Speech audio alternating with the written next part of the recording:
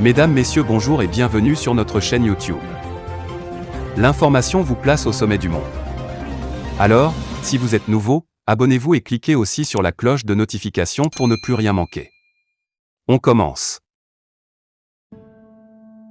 Eh bien, très chers auditeurs, du côté du Sénégal, même s'il a posé des actes allant dans le cadre du désenclavement de la Casamance, le chef de l'État, son Excellence Macky Sall, semble avoir que l'option militaire pour résoudre ce conflit casamançais. En effet, c'est sous la coupe de feu Léopold Sédar Senghor qu'il y a eu les velléités de l'éclatement du conflit en Casamance. De son successeur Abdou Diouf à Abdoulaye Wade, aucun de ces chefs d'État n'a véritablement pris ce conflit à bras-le-corps pour parvenir à une solution pacifique. Si Senghor a berné le MFDC, parti politique à l'époque, quand le conflit a éclaté en 1982, son successeur Abdou Diouf a procédé, après avoir réprimé la marche de 1982 dans le sang, à arrêter, torturer, violer, tuer des civils, etc. Quant à M. Wade, même si on l'accuse d'avoir introduit des mallets d'argent dans le maquis, a tout de même réussi à réunir les protagonistes autour d'une table de négociation. Toutefois, Macky Sall semble opter pour une guerre.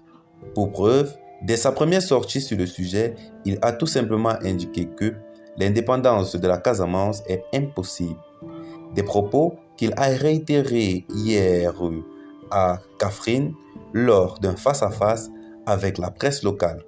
Dans cet entretien où il a été question de la situation politique, économique et sociale nationale, Macky Sall a répondu à cette question notamment avec la reprise de combat les 8, 11 et 12 avril dernier à Emaye et Siganar dans le département d'Oussouyé.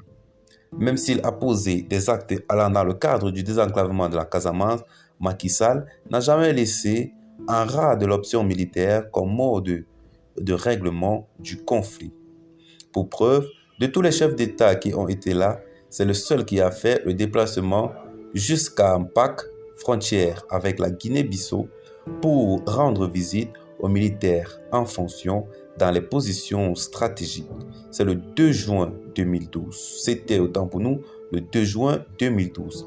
Il faut souligner que ce conflit, qui dure plus de 30 ans, n'a pas été médiatisé jusqu'à récemment avec l'avènement de la presse privée en 1994, avec l'avènement du groupe Sud Communication qui étalait beaucoup de choses dans ce conflit.